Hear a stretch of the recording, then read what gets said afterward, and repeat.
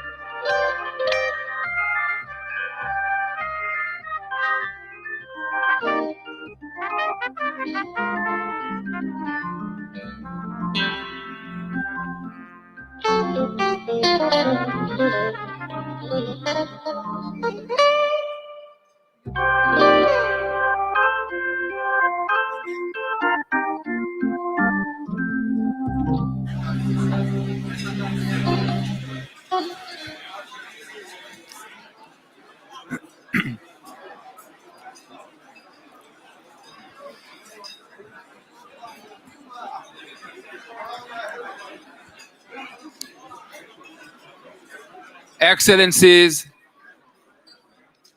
ladies and gentlemen, it is my great pleasure to welcome you to our conference dinner. My name is Eli Edelkop, and I'm the director of the European Jewish Development Fund, and I will be your host this evening. Thank you for being with us. After a day filled with significant and sometimes challenging discussions, let's unwind it with some wine. Let's raise a glass and say L'chaim all together.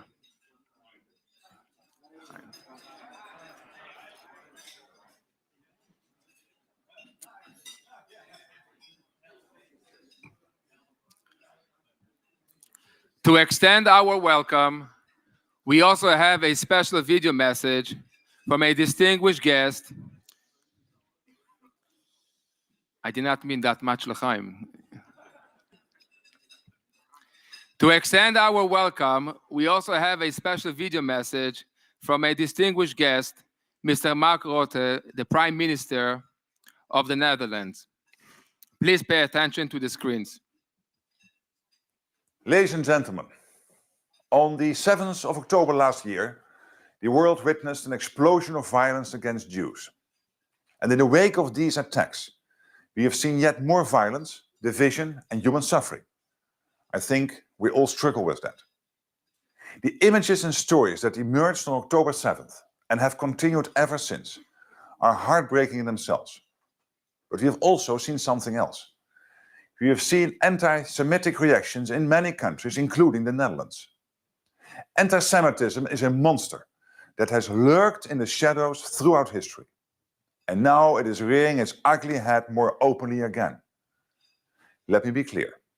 No Jewish person in Europe and no Jewish community in our part of the world can be held responsible for the current conflict in the Middle East. That conflict can never be an excuse for insulting or threatening Jews or for vandalizing synagogues or other Jewish buildings. Together, we must condemn such actions in the strongest possible terms.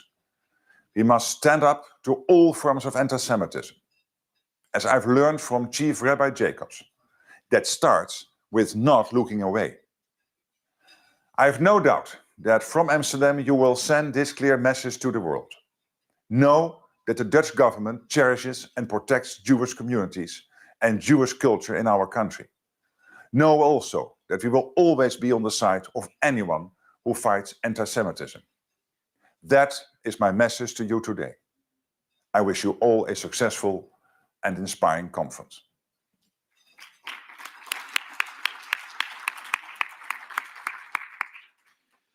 Ladies and gentlemen, there was an Israeli tourist visiting a zoo in England.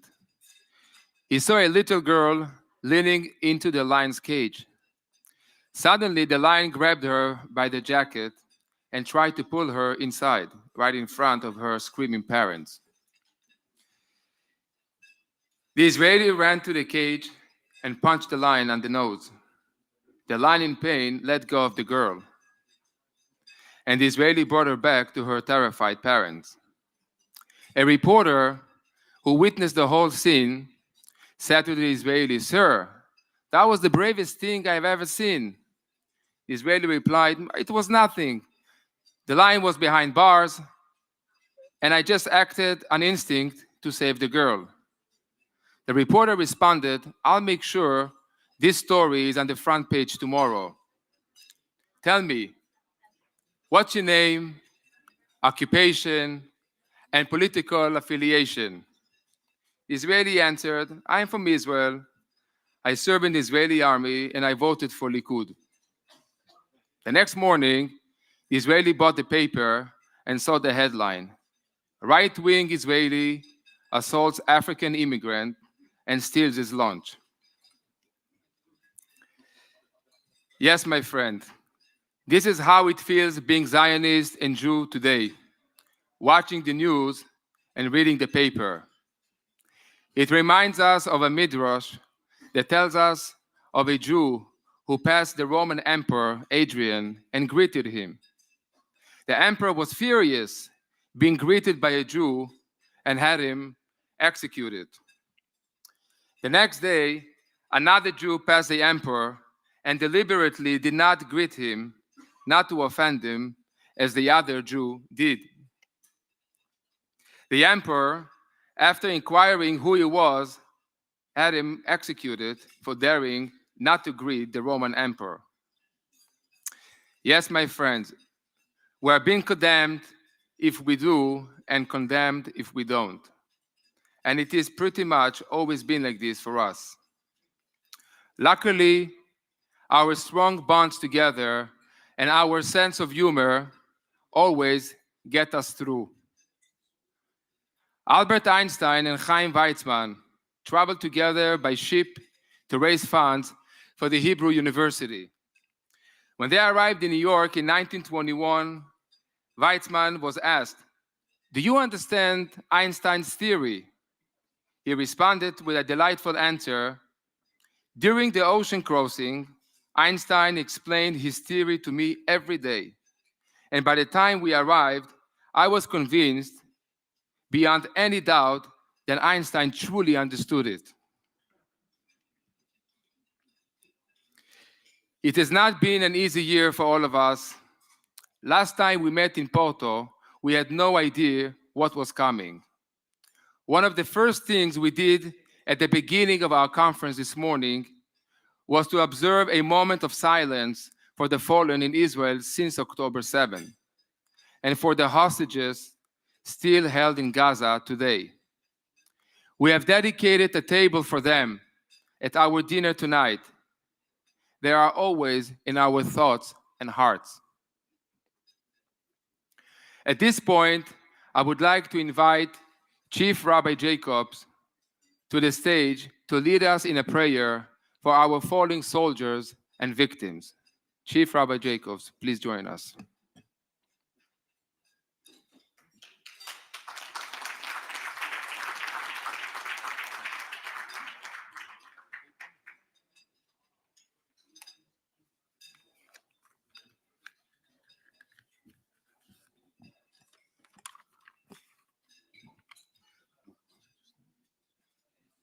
If you please rise. We're saying the Yizkor, the prayer to remember those who did not survive. Yizkor Am Yisrael et banaf bnotaf הנאמנים והאמיצים חיילי צבא ההגנה לישראל וכל לוחמי המחתרות וחטיבות הלוחמים במערכות העם ואנשי קהילות המודיעין, הביטחון והמשטרה ושירות בתי סוהר אשר חירפו נפשם במלחמה על תקומת ישראל וכל מי שנרצחו בארץ ומחוץ לה בידי המרצחים מארגוני הטרור. יזכור עליהם ויתברך בזרעו ויעבל על זיו העולמים וחרדת הגבורה וקדושת הרצון ומסירות הנפש של הנספים במערכה הכבדה. יוכלי המערכות בישראל, עטורי הניצחון, חתומים בלב ישראל לדור דור.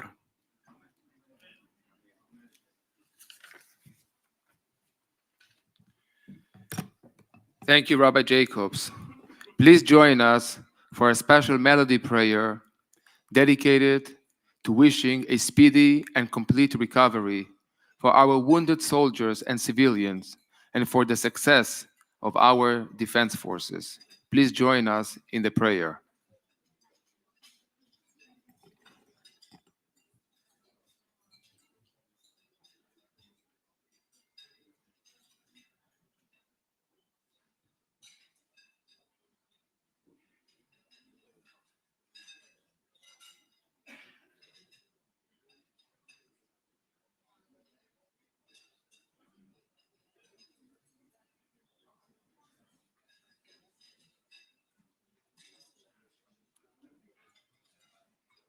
As the prayer is coming from Israel, אבותינו, אברהם, יצחק ויעקב, הוא יברך את חיילי צבא ההגנה לישראל, הוא יברך את חיילי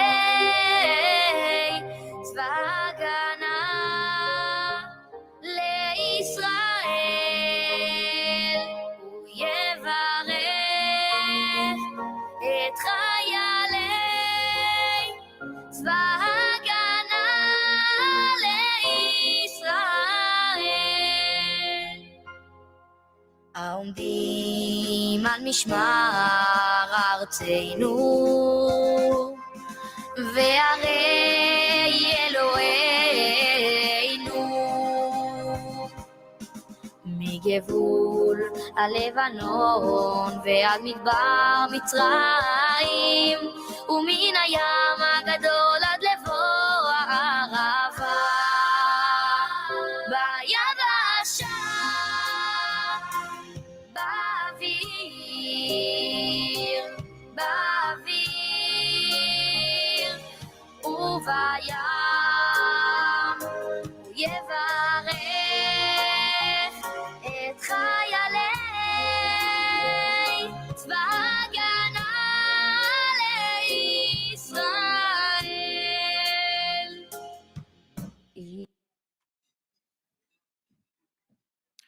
ladies and gentlemen, our support for the state of Israel, the homeland of the Jewish people, and the insurance policy of every Jew in the world is non-negotiable. We weep with Israel. We hurt with Israel. What Israel feels, we feel. And God willing, Israel wins, and we will share in the victory. Amen. This message from all of us here is one that I want to pass on to our next guest tonight.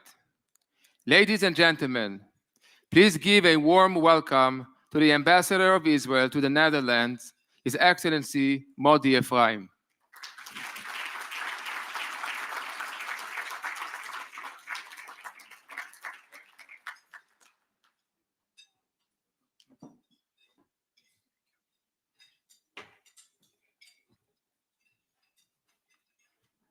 Good evening, Shalom, dear friend, Excellencies, Parliament members, the Chairman of EJA, Rabbi Margolin, friends from Christian for Israel, and all of you.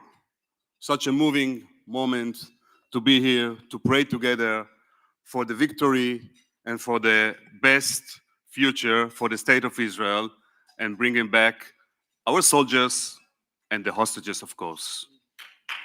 Thank you.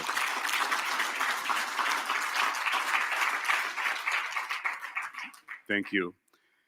As ambassador of the State of Israel, first of all, let me say it's a pleasure to be this evening with so many friends, with such a great support to Israel. Not every day we face this friendly atmosphere. 240 days ago, on October 7th, as we all know, Israel was attacked by Hamas terrorists. More than 1,200 people were brutally tortured, raped, and murdered. Friends, unfortunately, the world tends to forget. But for us, it is still October 7th. Hamas kidnapped more than 240 people, and we still await the return of, unfortunately, just 120.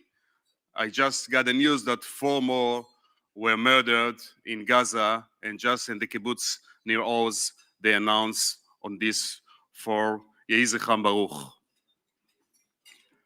For more than 8 months, the 120 Israelis have been suffering in captivity. Their families have been missing them for all that time, not knowing how and where they are. They are held hostage by barbaric terrorists, and we continue to call from here and to pray for their safe return home as soon as possible. At the same time, the ugly face of anti-Semitism is rearing its head once again here in the Netherlands and all over Europe. We are seeing record numbers of anti-Semitic incidents. Protesters march in the streets showing support for the terrorists of Hamas. Jews are being targeted simply for who they are. Students, also here at universities in the Netherlands, are being intimidated. And concerts, also here in the Netherlands, are being disrupted. We cannot accept children being bullied, Jews being attacked, or families taking down their mezuzahs out of fear. This anti-Semitism is unacceptable, especially in this country where 75% of the Jewish population was murdered during the Holocaust. Dear friends, you had a long day and you all have gathered here to discuss the shaping of the future of European Jewry, the combating anti-Semitism, and especially during these difficult times in the present, I can see that there is resilience in the Jewish community all over Europe, here, and I think that now more than ever, it is important to take a stand against hate. We as Jews must stand united in Israel, in Europe, and everywhere else in the world. Together with our allies, that some of the best allies are here this evening, we must continue to stand up and not give in to hate. That is why I'm happy to see here tonight Miriam Biker and Herzian Seichers, who are taking a very clear stand in politics against anti-Semitism. I would like to thank you for that. And here in front of me, together with Ulysses Elian, parliament member, Miriam is progressing a bill in parliament that aims to combat Jew hatred. A clear voice against anti-Semitism is needed more than ever, and this is an important matter also for the upcoming government here as well. That's exactly what is needed these days. Actions, tachles, not just statements. We just heard the Prime Minister Rutte, and I can tell you that following the October 7th, the Dutch Prime Minister, Mark Rutte, spoke out in support of Israel's right to self-defense and to fight terror. Both he and his foreign minister visited Israel several times, and I appreciate the support from the Netherlands, from the government, and from the parliament as well. We have here dear friends, Christian from Israel and many friends, many other friends that are not here this evening. And I think it's amazing to see the efforts of volunteer groups from Christian of Israel that since October 7th, they have helped in so many ways to Israel, to the Jewish community, and of course to our cause in the fight against terror. In solidarity, yeah, they deserve it, please.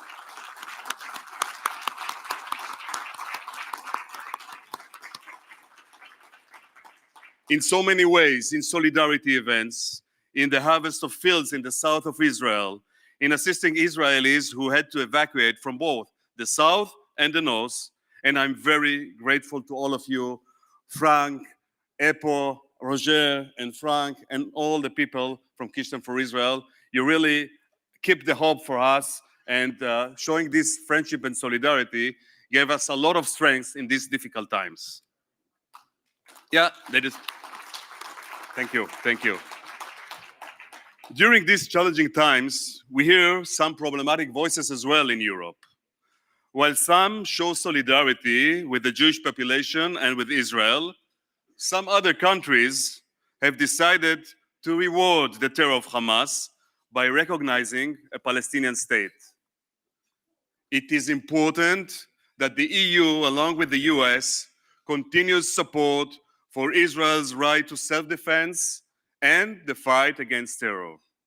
For example, and some of the parliament members are involved in that, through sanctions against leaders of Hamas and the Iranian regime, and designating the Iranian Revolutionary Guards as a terror organization. Together, we must stand against terror.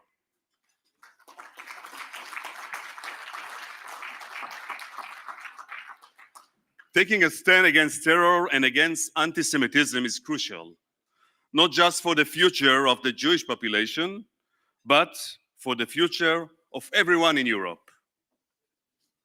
Dear friends, while facing so many challenges, I believe that the Jewish communities in Europe will grow stronger with Israel and prosper, and I wish all of you much wisdom and success in the so many challenges that are in front of us. And I'm sure that together we will flourish and together we will win. Am Yisrael Chai.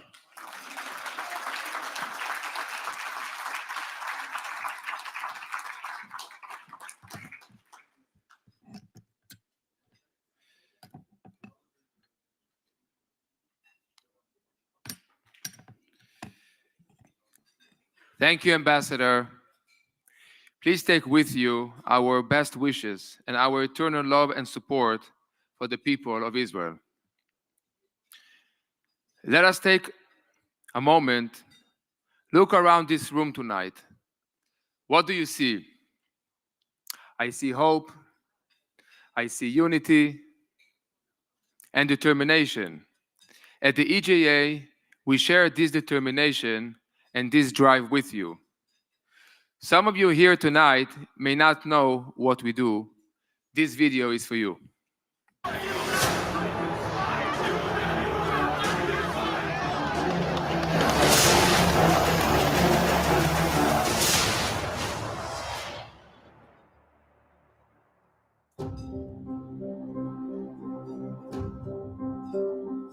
The EJA exists to make life better for Jews in Europe, free from hate, free from ignorance, free of anti-Semitism, free to grow, free to be. We know that in every generation, Jews have faced challenges. Time and time again, the links in our long, unbroken chain have been put under immense pressure. During the Holocaust, they were almost broken completely. In a continent that should know better, anti-Semitism, the oldest hatred, still persists. Anti-Semitism includes anti-Zionism too, the latest manifestation of anti-Semitism, hatred of the Jewish state and all it stands for. Combattre l'antisémitisme, combattre l'antisionisme, et on doit également faire très attention en Europe à toutes les lois qui pourraient donner raison aux antisémites aux lois qui pourraient remettre en cause la présence juive en Europe. C'est fondamental de combattre l'antisémitisme, l'antisionisme et de maintenir une vie juive possible dans les différents pays d'Europe. The EJA's work is appreciated by politicians, diplomats, and by Jews across Europe. This is because they know that all of our activities are directed solely for the benefit of Jewish life, from the communities we serve right down to the individual Jew on their journey through life. That's why we take leading politicians and diplomats from across Europe to concentration camps and ghettos across Europe. To remember, yes, but also to find modern answers to an age-old problem. We light a candle to remember those who perished and those who survived, burdened with unimaginable hardships. It is our sacred duty never to forget, never to remain silent, never again. To find solutions and to enact laws to make life better and safer for all. Anti-Semitism has no place in our societies. We will never tolerate the Jews' fears for their safety in the European Union. An old evil is resurfacing in Europe. Swastikas have been painted on the homes of Jews. Synagogues have been vandalized. I really hope we can build a world without anti-Semitism, without racism, without discrimination. The European Jewish Association fills an essential role, working in conjunction with European institutions, the Parliament and regional national parliaments, combating anti-Semitism in all its forms, empowering Jewish communities, and strengthening Jewish life all across the continent. The EJA is all about a Jewish future, a future that is in our hands. Jewish communities are lifeblood of Jewish life, but too many are being left behind or are stuck in decline. The EJA brings communities together, from the biggest to the smallest, for important conferences, to make bonds, to share best practice, and to be part of something bigger than themselves. We connect them with key decision makers and policymakers in their own countries, and where the needs are greatest, we offer rabbinical, security, and charitable support. One of the most important missions for the European Jewish Association is to work together with Jewish communities and organizations from across the continent to ensure, together with governments, universities, and authorities, that Jewish people in Europe will be able to live with security, a full freedom of religion. There are many challenges and much to do, but together we could do it.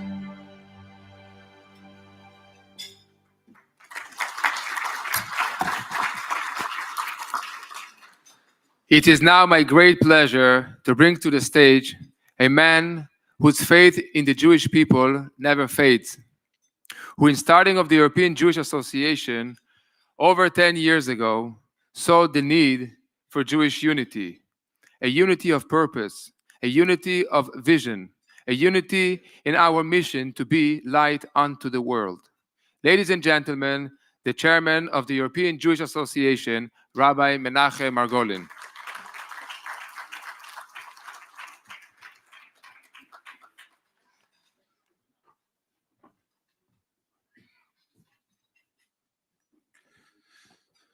Excellencies, ladies and gentlemen, good evening.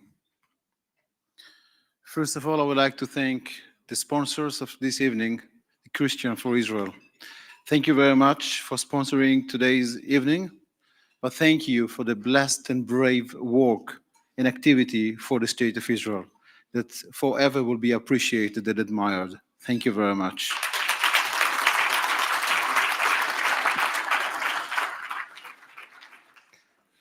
It has been an intense but rewarding day. We found some answers and ideas that can be a path out of this mess. Not just for one or two of us, but for all of us. Rewarding. I want to focus on this word for a minute. On the last Shabbat, when we read the weekly parasha Bechukotai, we learned what will happen if we will follow and obey the mitzvot, the commandments. It is written that God will provide us with rain for the land at the right time, fruits will grow, and we will sow the harvest, not get hungry and dwell in insecurity in the land. Please pay attention for a moment. Did God promise us personal reward, individual riches, 2 Lamborghini in the garage? No. Indeed, the demand is from each one of us, but the reward is for all of us at once, including those who did not follow the mitzvot, the entire community. In other words, God is telling us, focus on something bigger than yourself. When we face a very tough personal situation, and many of us find ourselves in this right now, it is easy to turn inwards and focus only on ourselves. But this is not the way, and this is not the Jewish way. In these tough times, it is worth reminding ourselves of the power of unity. A very successful business person once said, if I can't solve the situation for myself, I should see how at least I could make it easier for the others. This is our way. And in fact, this way has helped surviving adversity and struggle during the years. So friends, I don't know what our reward will be, but I am certain of one thing. If we stick together, if each one of us lifts the other, the reward will be great for all of us. In these tough moments, type of concern, some could see some Jews whose faith and confidence are cracking. I would like to tell you a story. May I? Story, right? It's easy. There was a Jew Holocaust survivor who once told a story. He said that before the war, he was studying a yeshiva. And once he had discussions in the yeshiva. They were discussing the concept of faith in God, trust in God. In Judaism, we know this is very important to trust God. But the question was, the debate between the yeshiva boys was, is it enough to trust God for everything? Or God expects also from us to do something? In other words, if we trust God that He will provide us all what we need, is that enough? Or we need also to take actions? They had debates. And this man, Holocaust survivor, continued and he said that they decided, when they were split into 2 groups, they decided to check who is right. So there were a group of boys, those who said that it is enough to trust God and you do not do anything in addition. They said, we will go to the forest. We're not going to take with us any food. We will trust God that He will provide us food in the forest too. So they went to the forest, a group of 6 boys, yeshiva boys. They took with them only books. They studied, and they told one to the other, we trust God, He will provide us with food. Evening arrives, nothing happened. Night, nothing. They were hungry and they went to sleep. One of them woke up at 5 o'clock in the morning, he was too hungry. So he said, well, it didn't work. Perhaps the other groups were right. We have no choice. If anyway, my friends are sleeping, if I'm awake, at least I will get some food from the village. And he went, he bought some food, and he came back to the forest. He saw that his friends are still sleeping, so he said to himself, let me make something, a fun, a joke. He took the food and he hung it on the trees. So when his friend woke up, they see suddenly on the trees, croissants, breads, bagels, cheese, everything on the fruits, on the trees. They were so excited. They told each other, you see, it is just enough to trust God. You don't have to do anything else. And the other guy did not say a word. And he said, you know, for many, many years I was laughing at them, how naive they were. They were so thankful to God Almighty for providing them food at the forest, as they don't even know until today that it was me. He says, but today I say they were right. They believed in God. God provided them the food. I was the messenger. The messenger could be other people too. I did not believe. I went to buy food. They continued to believe, and they got. At the end of the day, they got. And the reason I say this story today, friends, is because when we speak about challenges, when we question our faith, when we think that the situation is terrible and nothing could be good, we should remember how old is the Jewish people. We should always remember God protected us. God protects us. And God will always, always protect us. Take a second. Look at the person sitting on your right and on your left. Let us think how we can make things easier for them. They will do the same for us. This is what unity means. This is our power, our strength. Together we will reap what we sow, and we will enjoy the fruits together. Only if we remain united. But with God's help, we will. Thank you very much.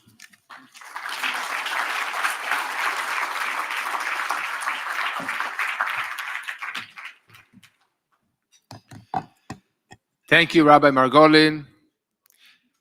Ladies and gentlemen, I will come back to you shortly. In the meantime, allow me to wish you B'tei Avon. Bon appetit.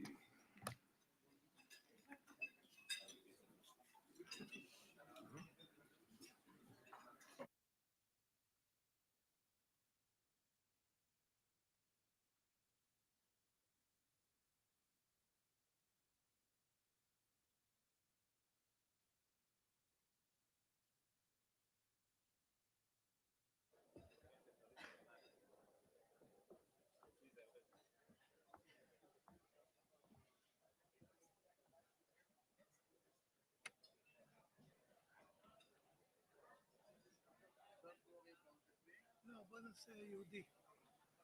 תלכו לפייל של היהודי, ישראלי. בוא נעשה את שמע ישראל.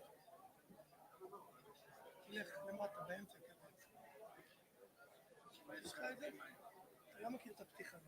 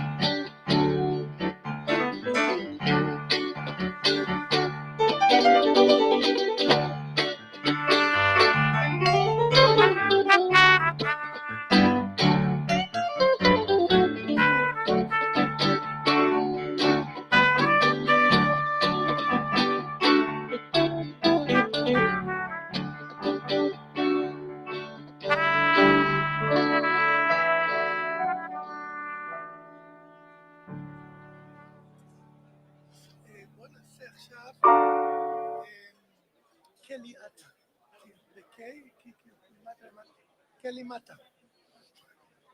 קלי למטה. כן, כן. זה הולך ככה? לא, כן. כן. קלי עטה. קלי עטה. אתה בעברית? יש לכם את זה, קלי עטה. זה לא למטה. יש פתיחה.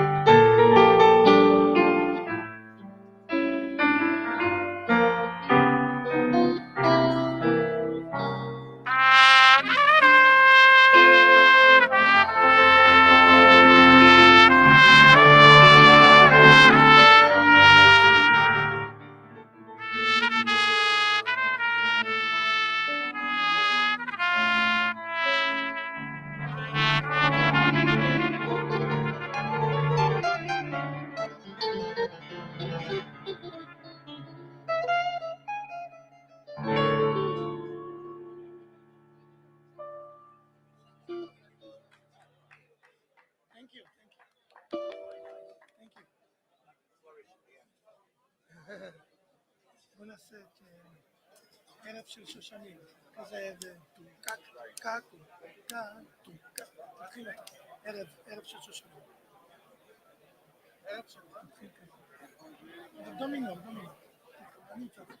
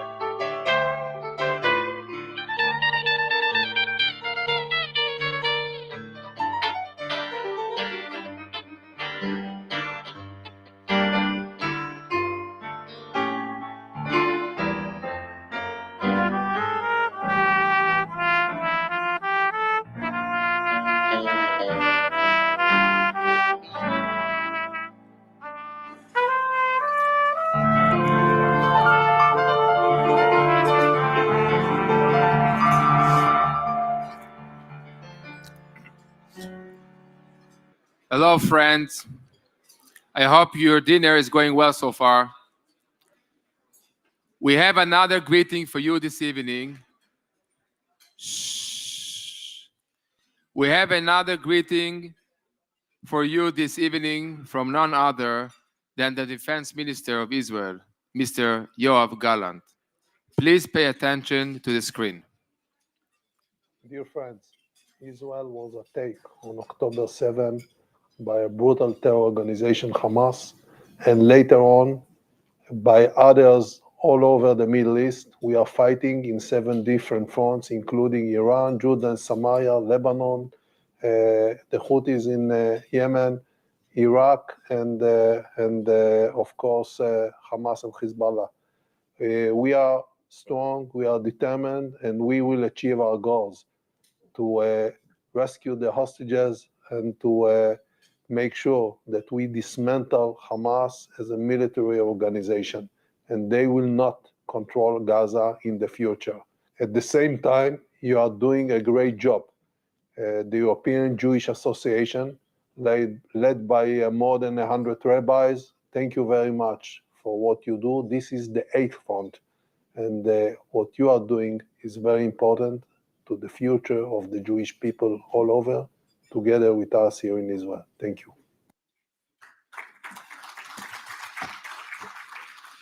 Thank you, dear Defense Minister. Ladies and gentlemen, at times, it can feel that we don't have many friends, but trust me, they are out there. Some are there with a kind word, a statement of support, discreet, perhaps even a bit scared.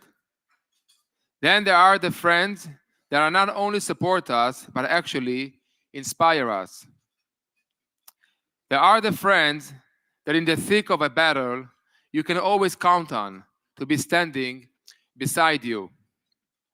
Friends like these are not to be found every day, and yet they are here with us tonight. Before I introduce you to one of them, let's watch a short video about them.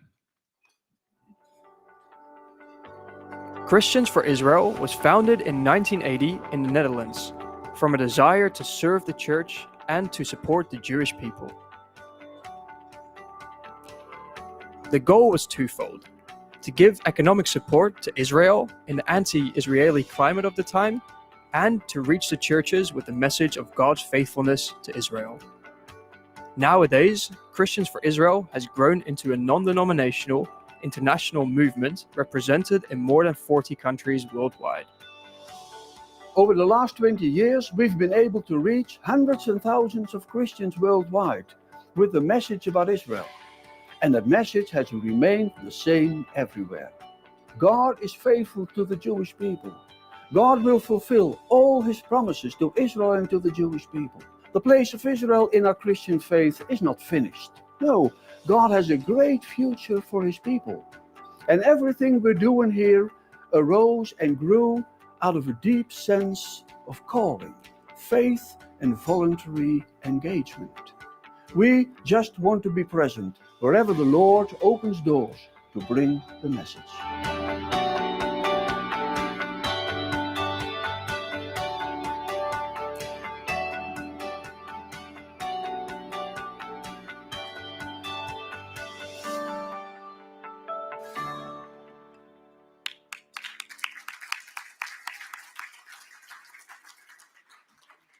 Ladies and gentlemen, when two groups of people share the same passion, it is inevitable that they will find each other. You could even say it was Bashert. Rabbi Jacobs, how do you translate Bashert in Dutch? There you go. We are very proud of our partnership with Christians for Israel, and I'm proud to now welcome to the stage Mr. Reverend Frank Heikop, the president of the Christians for Israel International. Mr. Reverend, please join us.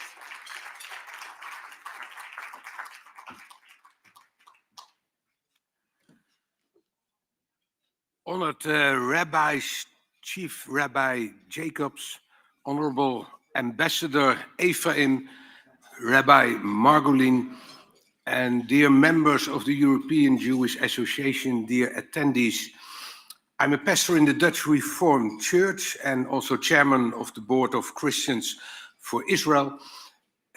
We as an organization are very happy and honored that we have been invited to a seat as associates of the European Jewish Association, and that I can speak to you. As a businessman, the founder of our organization tried to support Israel at a time when there were calls to boycott Israel. He did so from the conviction that the church should stand behind Israel. After all, Israel is the chosen people.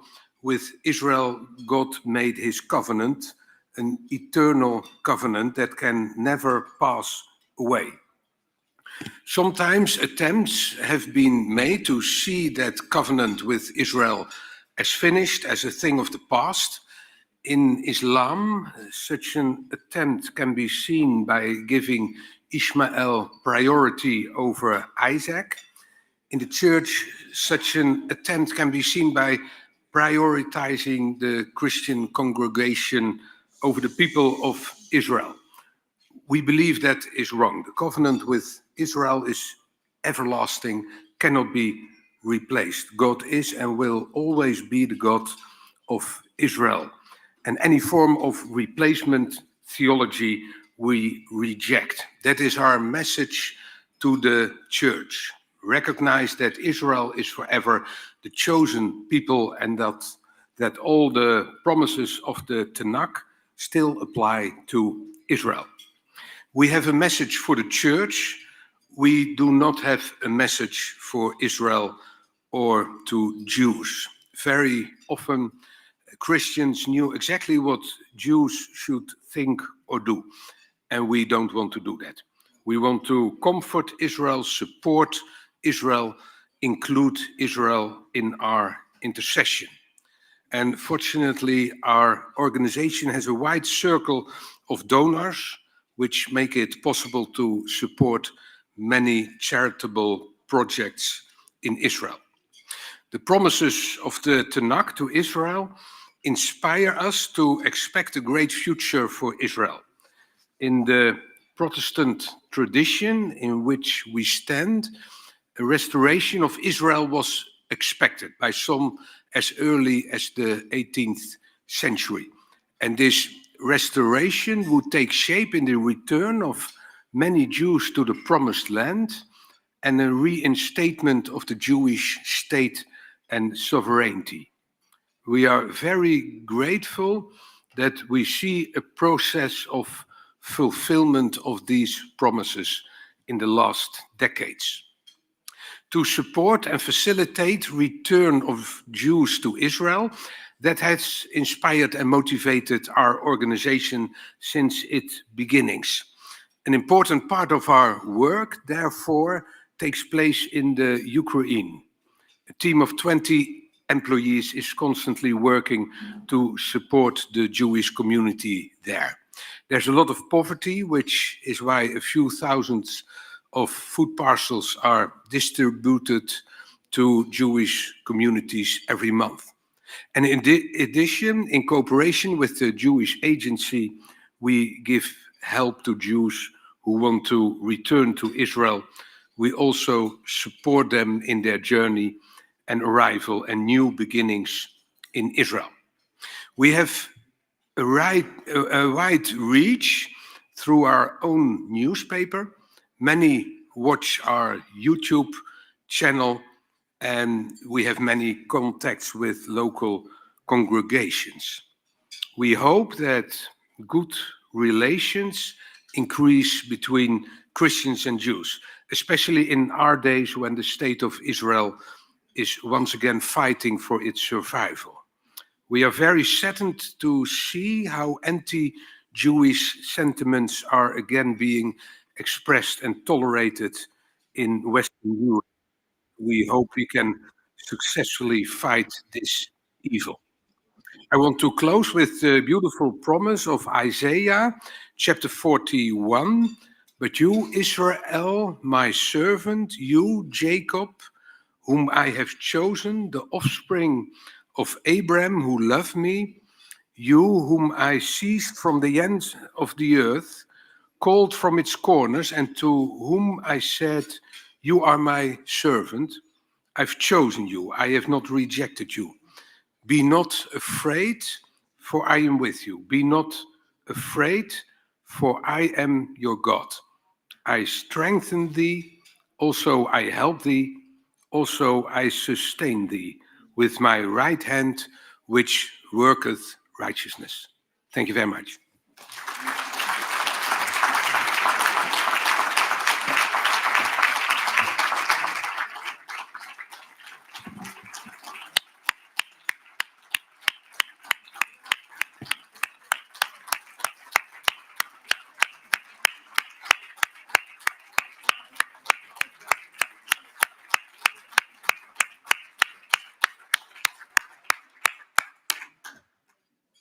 Thank you, Frank, for your inspiring words and everything that you do for the Jewish people.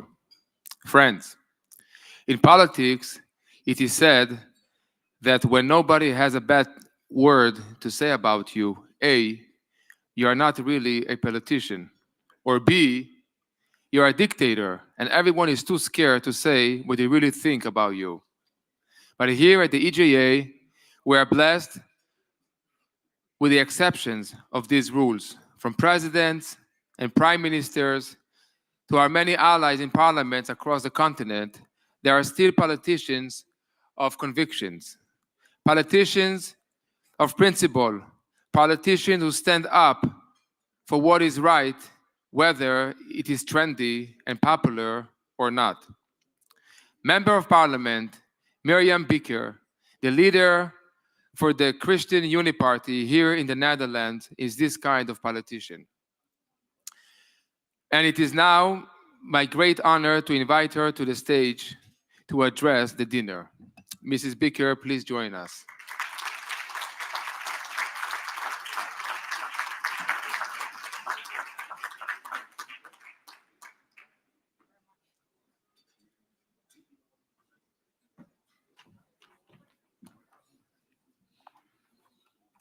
Good evening and shalom. Most eminent guests of the annual Conference for European Jewish Leadership. First of all, I want to thank you all most warmly for your invitation to this annual conference here in Amsterdam. And so far, it has been a joyous and heartwarming experience to be in your midst. Thank you very much. For me,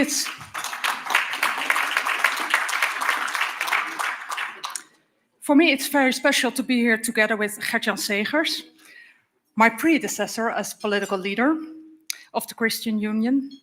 In the Dutch language, we say ChristenUnie. I'm sorry.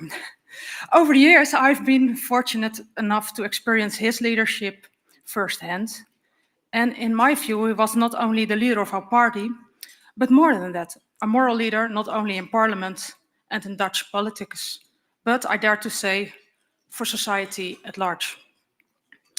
A prime example of this is his effort to fight anti-Semitism in our society, which, among other things, culminated in an official apology by Prime Minister Mark Rutte on behalf of the Dutch government for its treatment of our Jewish compatriots during the Second World War. The neglect and sometimes even outright cooperation with the Nazi occupiers contributed to the atrocities of the Shoah. And in the beginning of 1940 in our country, 160,000 Jews lived in the Netherlands, had a good life, had a community here together. But 107,000 were deported, of whom the majority didn't survive. And the Dutch government looked away, did too little. And still I'm ashamed of our history. And that has to make every Dutch politician at this moment to stay strong, to stay firm against anti-Semitism in our days. And I want to say to Gert-Jan, it is thanks to his efforts that our government, with others, at least apologized for all what has happened and all the silence we had in our streets. In the present day, Dutch society faces the evil of anti-Semitism again. It's surging. Jewish schools and synagogues need constant police protection. I'm ashamed of it. Malignant anti-Semitic chants can be heard in our football stadiums. We witness outright calls for intifada in our streets. And we all know that this is not simply a critique of the current day Israeli political leadership. No. When the unruly mobs chant from the river to the sea, we should not be naive of its meaning. Not to mention the recent cases of physical violence against our Jewish compatriots. And I want to say here in Amsterdam, our capital, never again is now.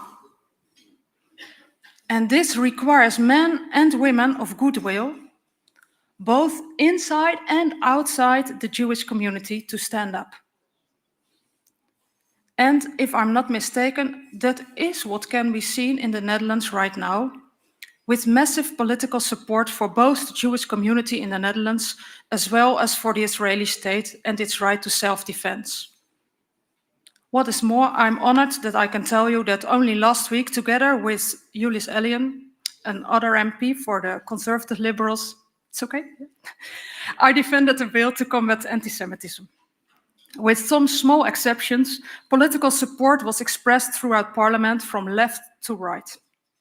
The vote takes place tomorrow afternoon, but I hope and expect that this will lead to the implementation as measures such as a stronger actions against anti-Semitic chants, an improvement of Holocaust education at our schools, ensuring that schools are equipped so that instances of anti-Semitism can be reported and acted on, and arrangements both on national and European level that force social media platforms to act against anti-Semitic posts and outlets.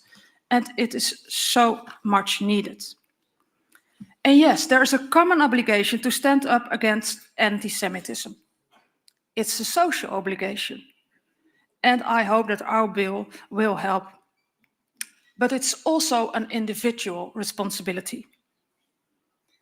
In the end, it comes down to the question, who am I? Do I raise my voice at the social venue where I am in position to speak up? Do I speak up when I hear someone making an anti-Semitic remark? Or when I see a Jewish boy wearing a kippah being verbally harassed at a train station? The events of October the 7th and its aftermath have only made this issue more pressing. And however, we are blessed to know many examples of people who had the courage to stand up in dire times, I always think of a special one. It's an old story. I know you know all of her. I think of Queen Esther, a young but strong woman in a hostile environment, who sees through Haman's plot to slaughter Jewish people in the Persian Empire. In a moment of peril, she recognized that she had been placed at a decisive position, straightened her back, and did what was necessary. Risking her own life, she managed to prevent what would otherwise have become an horrendous pogrom. Like Queen Esther back then, we, all the people, all our children, must learn, stand up, face evil in whatever shape or form. And I sincerely do hope that I will have the courage to do so. And I am convinced that the Eternal One does not relinquish his world, but continues to uphold and sustain it. Evil will not have the final and decisive word. When I was a little girl, the primary school I attended was called Shalom, the Shalom School. At the time, Shalom was, in my mind, a very fitting word to describe the world we were living in. The Berlin Wall had fallen, East and West were reuniting, and although I, of course, would not have used these words back then, it felt like the end of history. Without war, without hate, without oppression, but peaceful. Shalom. However, it has not turned out like that. Real and enduring peace, fraternity of all peoples and faiths, unfortunately, is not something that the great balances of things in our world tends to spontaneously. No. It is something that we ourselves have to help bring about. And I do think also on this evening, it starts with spelling the word shalom in our hearts, to internalize it and spelling it outward so that our actions are defined by it. Am Yisrael Chai. Thank you very much.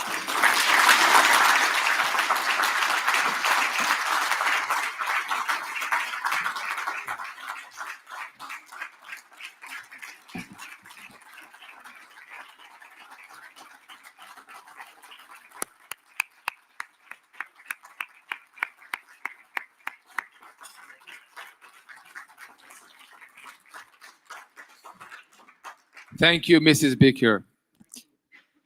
I must say, it is much a pleasure to listen to your words and hear your support.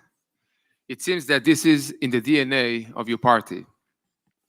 I say this because now I want to pay tribute to someone you know very well. Ladies and gentlemen, when you talk to many of the leading figures in Dutch Jewry, and you ask them, who is the person in politics that they most admire, there is one name that always tops the chart. That name is Mr. Gert-Jan Segers. I hope I pronounced the name correctly. I did some rehearsal with Rabbi Jacobs in the lobby. During his time as party leader, he stood beside us on Israel. He stood beside us on freedom of religion. He stood beside us on security. He stood beside us when we were attacked. He stood beside us when we had something to celebrate. King Solomon said, "A good name is rather to be chosen than riches." Mr. Gert-Jan Segers, you have a good name among the Jewish people. I would like to invite you to the stage together with the Ambassador of Israel of the Netherlands, Mr. Modi Ephraim, EJA Chairman Rabbi Menachem Margolin, Mr. Joël Mergui, the President of the Paris Consistoire, Mrs. Ellen van Vraag, the President of the Hebrew Communities in the Netherlands, Mr. Hanan Herzberger, President of the Umbrella Organization of Dutch Jewry. And now, ladies and gentlemen, it is my great pleasure to invite Mr. Segers to receive the EJA's King Solomon Award for 2024.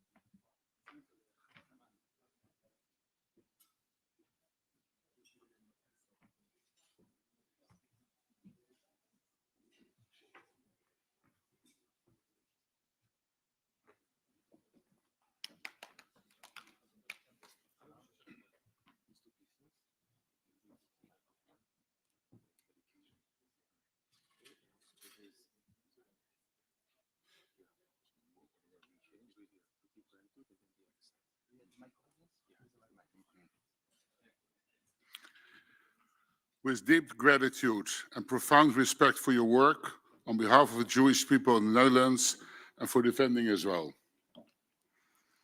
The European Jewish Association King Solomon Award presented to Mr. Gert-Jan Segers.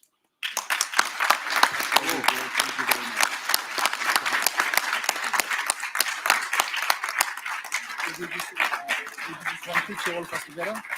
Can you go a bit closer there? Wonderful.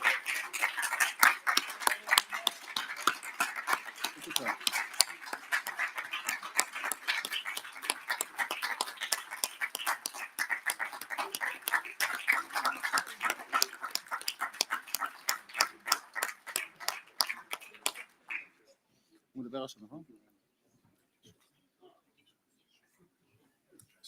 Sure. Please do. Will you stay here or? No, we will leave the stage for Okay. you. It's your stage.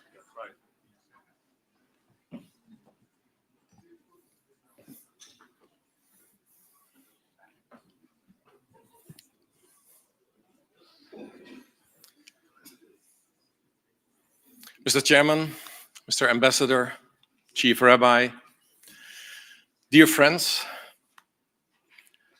it's a very special evening.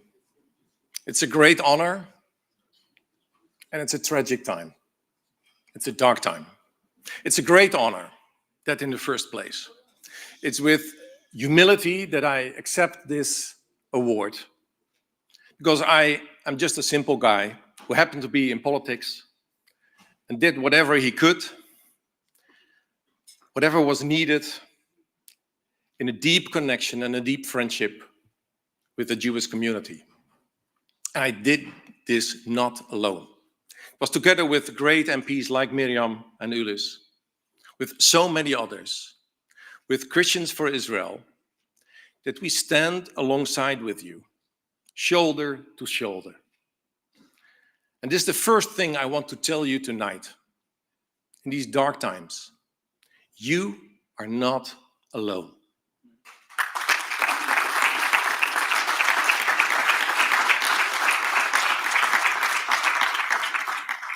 I want to remind you, and I want to tell you, there are millions and millions of friends with you.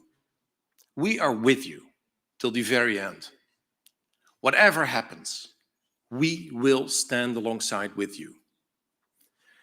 It's the words of Prophet Elisha, who said in another time of darkness, open our eyes, open the eyes and see that the ones who are with us are far more than the ones who are against us. This is reality. Maybe you don't see it. Maybe you don't see it every day. But never forget, we are with you and you are not alone. And I want to ask you, be the voice of the Jewish community. We need your presence. We need your contribution. And as you are blessed people, as you have been blessed, continue to be a blessing for all of us. So please, be that voice. Be the Jew amongst us. Be the Jewish community that we need. Because without you, there's no future. We need you.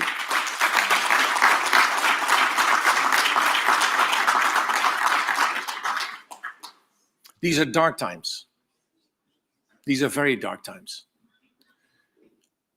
We have seen a hatred that we could not imagine a year ago.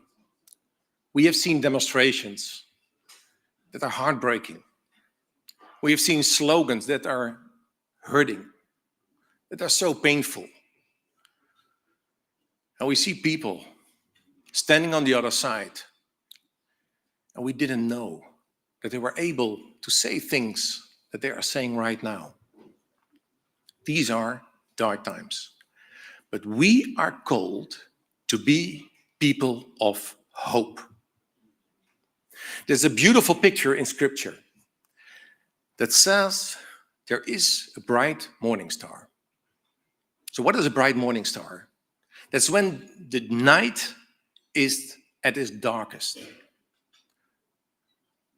Then there's this one bright morning star as a sign of hope that the darkness will leave. The night will be ended. The sun will rise and a new day will come. We believe in a bright morning star. We believe in hope. We believe that what we are facing today is not a final word. We have a deep hope that is given to us that will inspire us and continue to inspire us to stand up and to be that voice for justice and peace, for love to the Jewish community, to Israel, to stand shoulder to shoulder. We will say, and we will continue to say, Am Israel Chai. Thank you very much.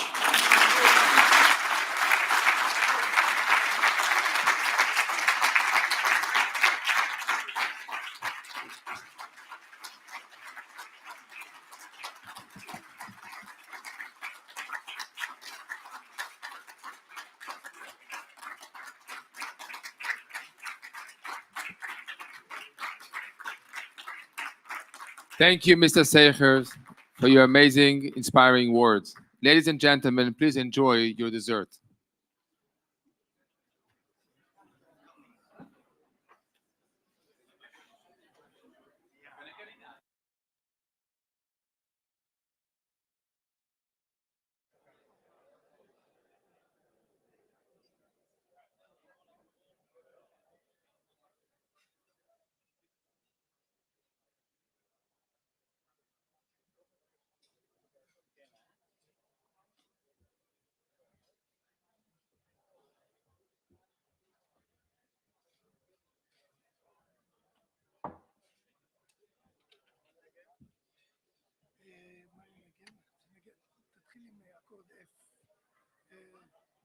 What a wonderful word.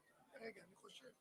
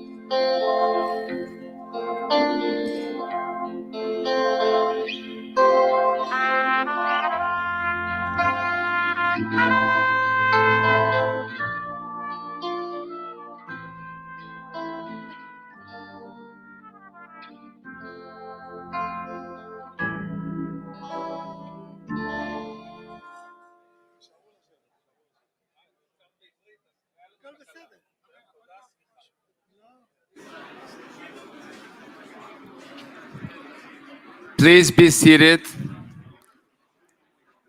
We would like to continue with our program.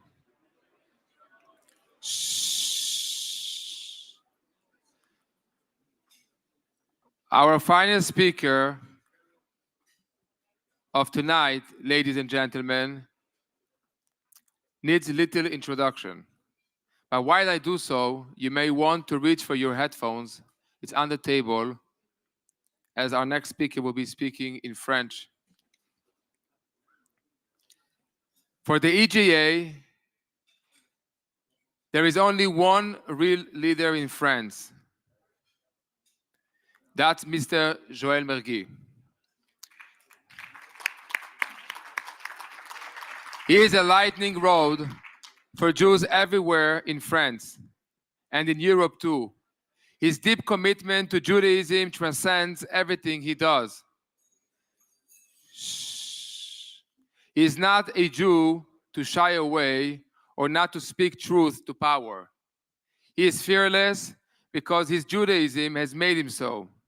As a result, he is an inspiration to us, and we always invite him to speak at our dinner because we know he inspires everyone around him. Ladies and gentlemen, it is now your turn. Please join us on stage, Mr. Joël Mergui.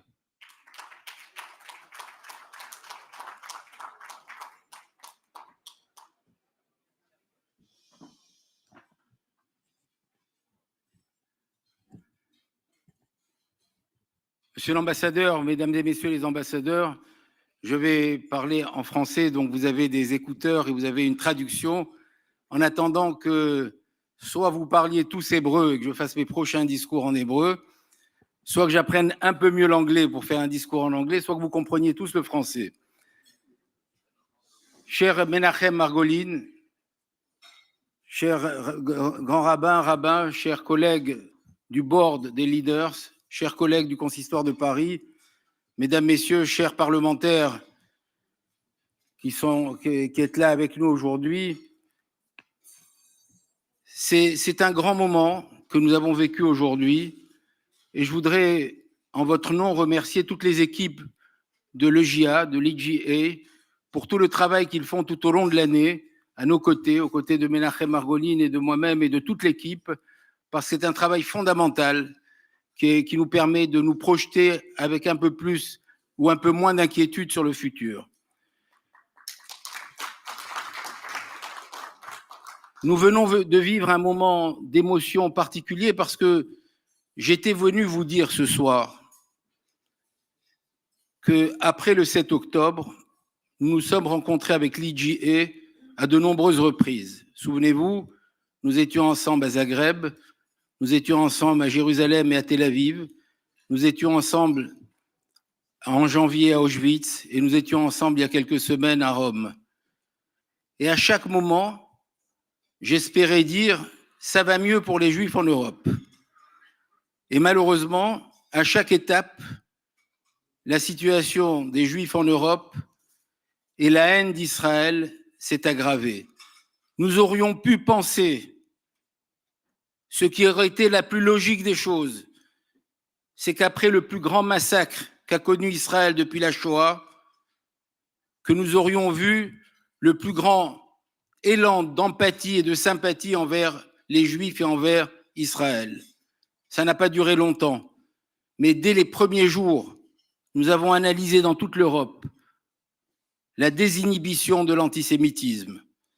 Alors j'étais venu vous dire, ça va mal pour les Juifs en Europe et l'image d'Israël qui mène un combat le plus légitime qui soit est aujourd'hui écornée.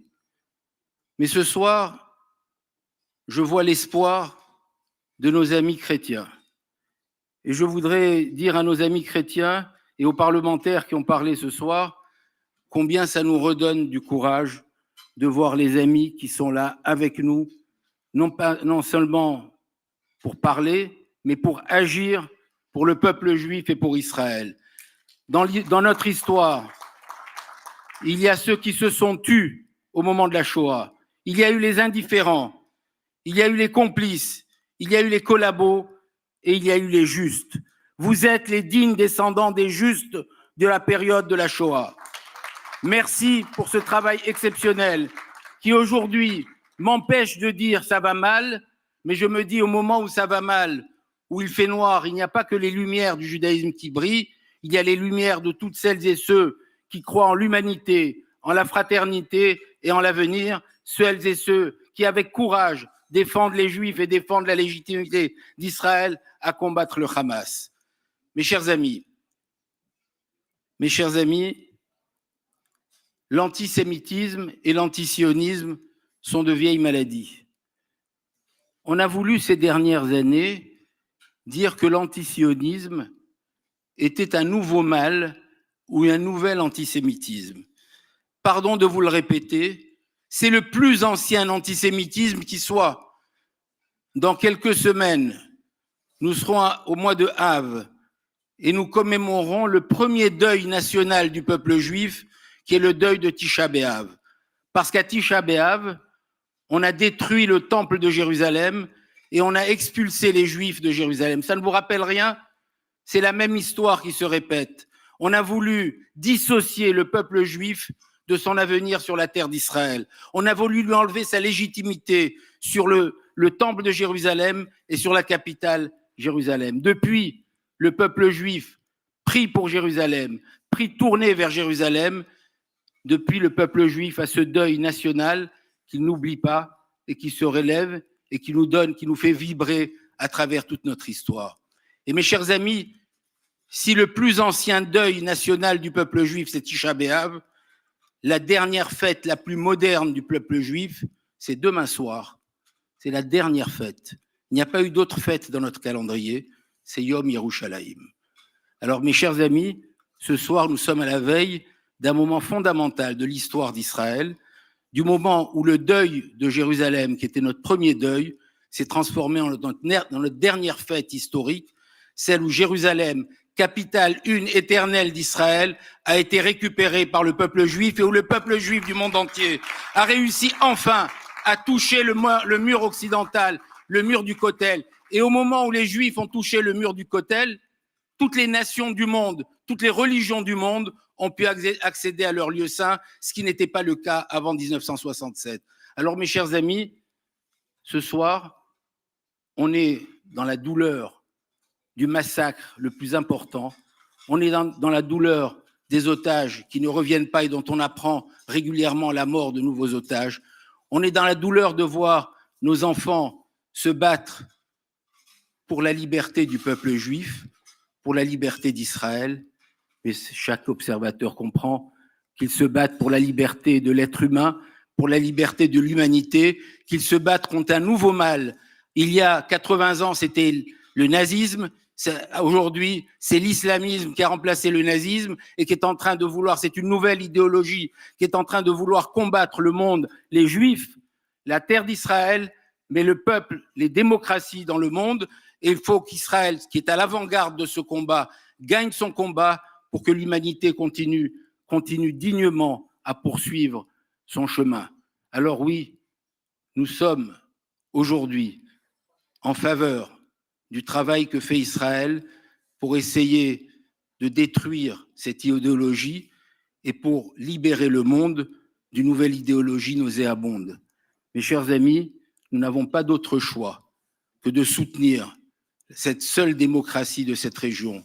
Et oui, effectivement, nous avons tant d'ennemis qui se réveillent aujourd'hui, des ennemis qui réveillent l'antisémitisme d'avant, l'antisémitisme nouveau, toutes ces formes qui sont en train de se mélanger aujourd'hui.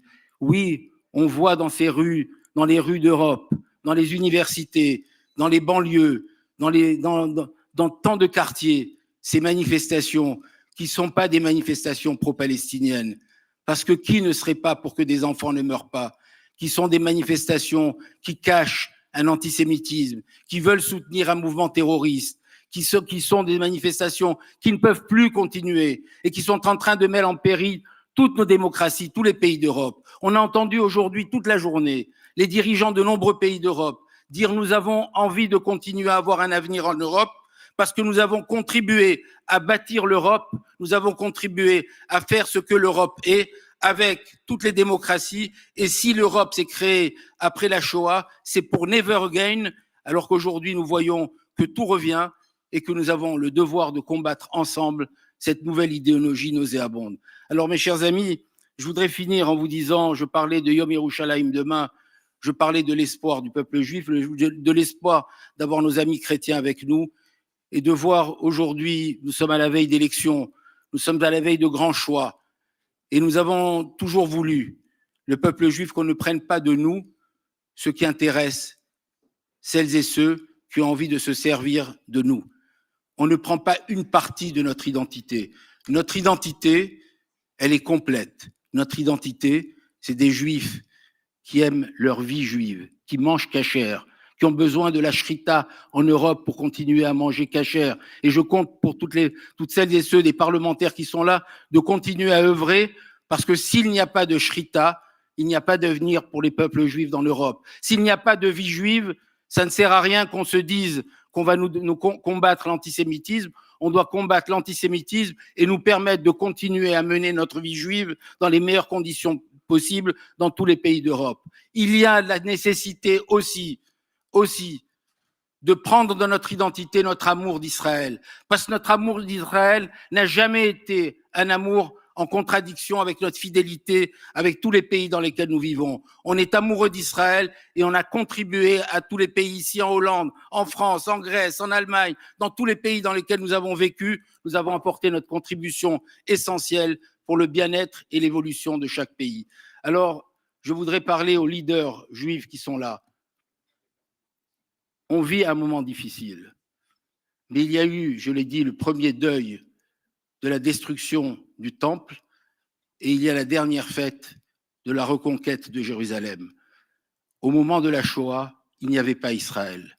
Aujourd'hui, l'État d'Israël existe, et monsieur l'ambassadeur, l'État d'Israël existe, l'État d'Israël est fort, l'État d'Israël est une démocratie, et quoi qu'on en dise, l'État d'Israël, c'est l'un des seuls pays où il y a à son parlement, il n'y a pas dans les autres pays arabes, il n'y a pas de parlementaires juifs. En Israël, il y a des parlementaires arabes qui sont contre l'État d'Israël, mais qui sont là, qui s'expriment. C'est une démocratie dans laquelle une partie des médecins qui soignent dans les hôpitaux sont des médecins arabes. C'est une démocratie dans laquelle il n'est pas question de penser autrement qu'à l'ouverture à toutes les nations, aux fraternités, à tous les humanismes.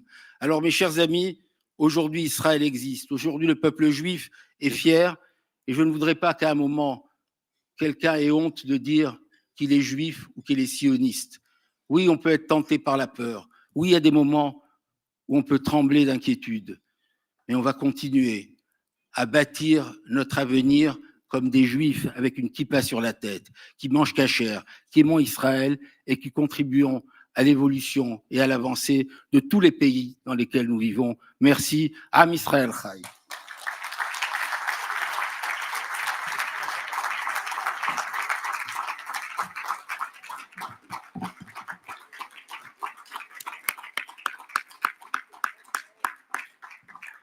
Merci, Mr. Mergui. Please pay attention to the screens. Thank you.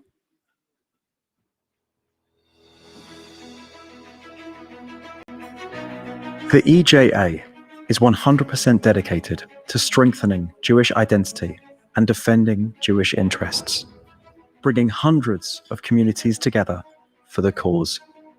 We continue to grow as more and more communities find their place beside us, working together on the issues that matter and enjoying the benefits of being connected to a whole greater than the sum of its parts. Jewish unity in times such as these has seldom been so important. There is strength in numbers, and at the EJA, we can all advocate together, presenting a unified force, a unified voice, and a unified position, not just to fight hate, to fight our corner in freedom of religion, on Israel, and on the safety and growth of our communities as a whole. Our continued growth isn't possible without you, the communities. We are delighted to welcome the following communities who in 2024 joined the already hundreds of Jewish communities affiliated to the EJA. In Spain, the Jewish communities of Malaga, Alicante, Girona, Ceuta, and Melilla. In France, the regional consistoire of Languedoc-Roussillon and the Jewish community of Montpellier. From Italy, the Jewish communities of Trieste and Florence. From Belgium, the Jewish community of Antwerp. And from Moldova, the Jewish communities of Balti and Bender. Together, we will continue to fight for what matters. Together, our voice will grow even louder. Together, we can enact change. Together, we can face challenges and seize opportunities.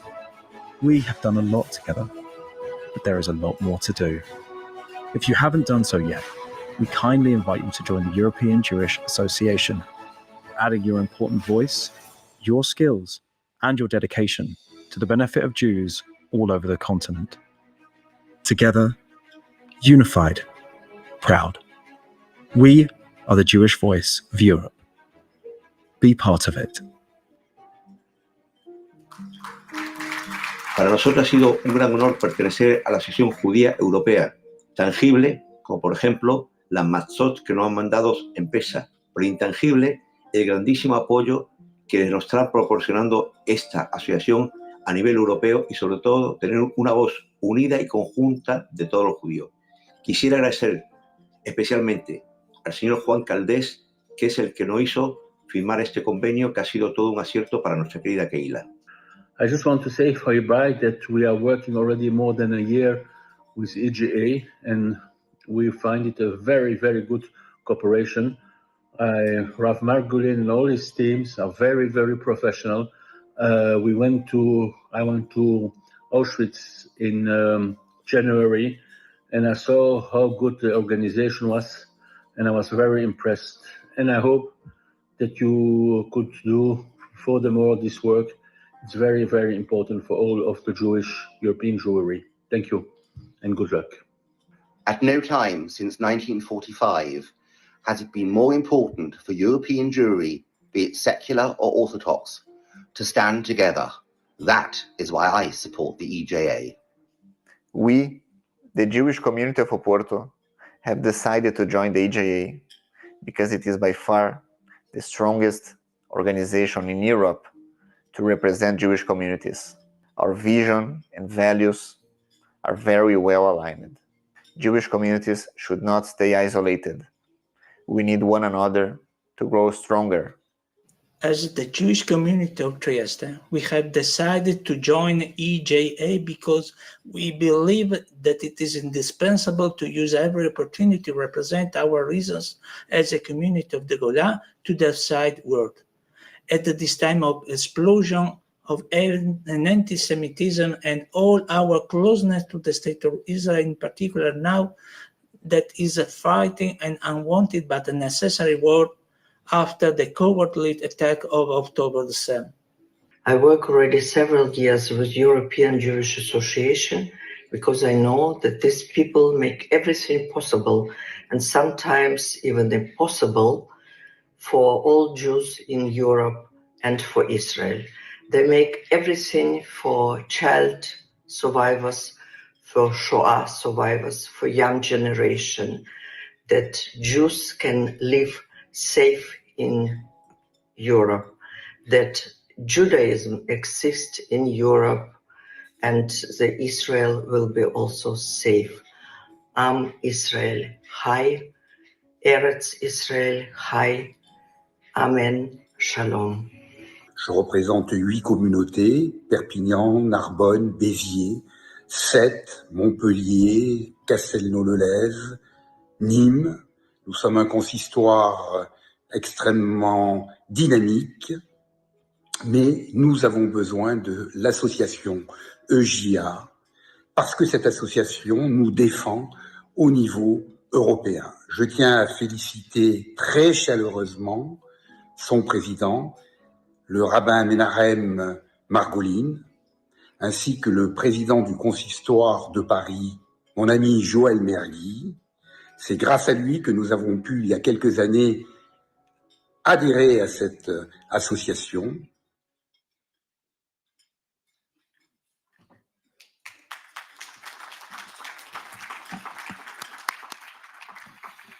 Ladies and gentlemen, as we near the conclusion of our dinner, we have some important news to share with you. I would now like to invite to the stage the EJA's Spanish representative, Mr. Juan Caldes. Juan, please join us.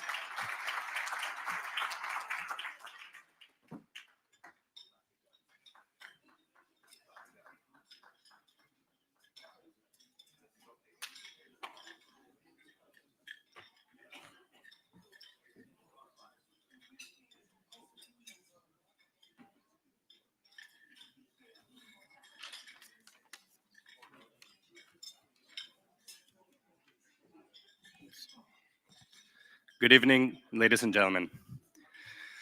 First of all, I would like to thank each and every single one of you for being here with us on this special occasion.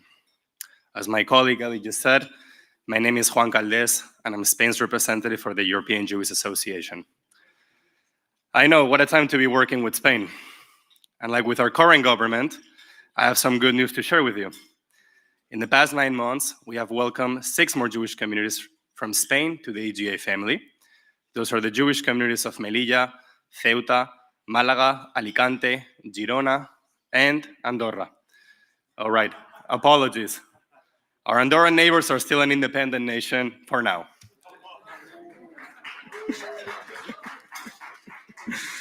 Just kidding.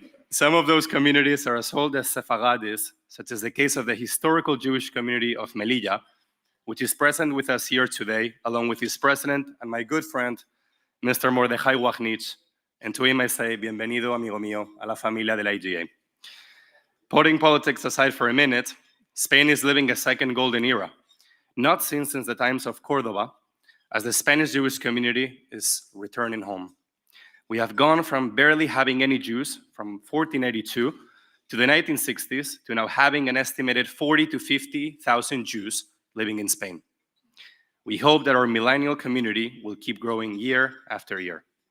We have a saying in the Sephardic world, which says that although Spain expelled its Jews with Inquisition, Sepharad never left their hearts, and that can be even seen today in ancient communities in Greece and Turkey, where Ladino is still spoken, as well as with our formidable music and gastronomy. As I mentioned before, Spain is truly experiencing a Jewish revival. And with this, I would like to share as a proud Sephardic Jew the big news with everyone in the room that our 2025 annual conference of Jewish leaders will be held in the city of Madrid on the 26th to the 27th of May, coinciding with Jerusalem Day, in cooperation with our local partners from the local Jewish community of Madrid, present here with us today, and the Federation of Jewish Communities of Spain. Nos vemos el año que viene en Madrid. Really looking forward to seeing you all next year in Spain's capital city, Madrid. Thank you and have a wonderful night.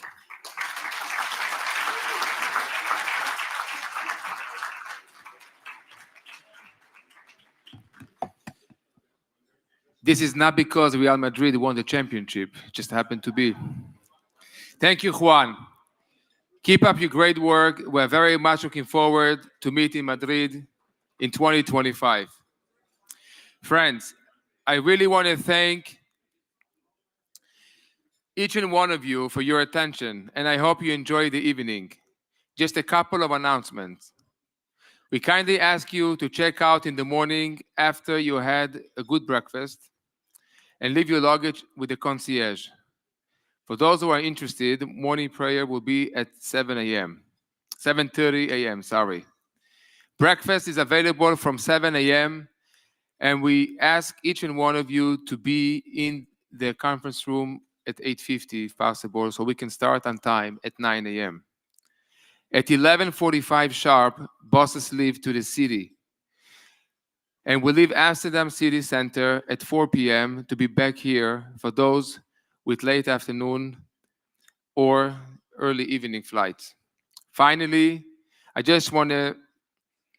would like to ask everyone to put their hands together for the EJA staff and the Kaplan production team who have worked so hard to make this conference a big success. Thank you all.